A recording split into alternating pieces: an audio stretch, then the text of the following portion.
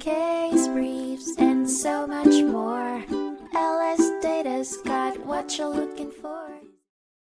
The fierce and ongoing battle over wildlife management reached the United States Court of Appeals for the District of Columbia Circuit in 1980, in a case that drew national attention, Defenders of Wildlife v. Andrus.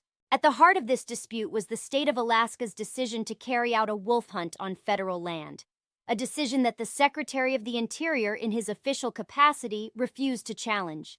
The reason behind this resistance? According to Alaska and the Secretary of the Interior, the responsibility for wildlife management fell primarily on state authorities, not the federal government. This interpretation was based on the Federal Land Policy and Management Act, FLPMA, which grants states the power to regulate their own wildlife. Therefore, they argued, no environmental impact statement was required on the federal level. The court battle began when animal rights advocates, represented by a group known as Defenders of Wildlife, objected to this interpretation. They claimed that the Secretary of the Interior had indeed violated not just FLPMA, but also ANCSA and the National Environmental Policy Act, NEPA, by failing to assess the environmental impact of the wolf hunt. In a startling win for the animal rights activists, the district court sided with the plaintiffs. The court issued a preliminary injunction, temporarily halting the wolf hunt and ordering the Secretary of the Interior to prevent any further killing of wolves until an environmental impact statement was prepared.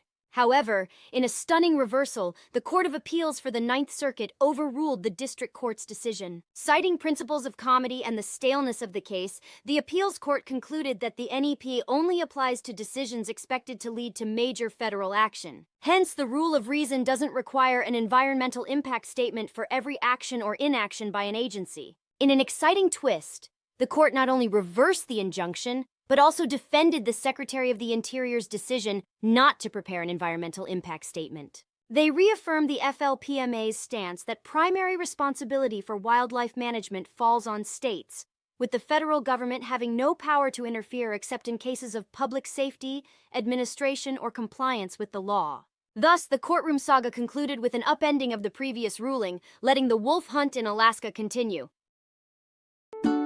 Case briefs, and so much more.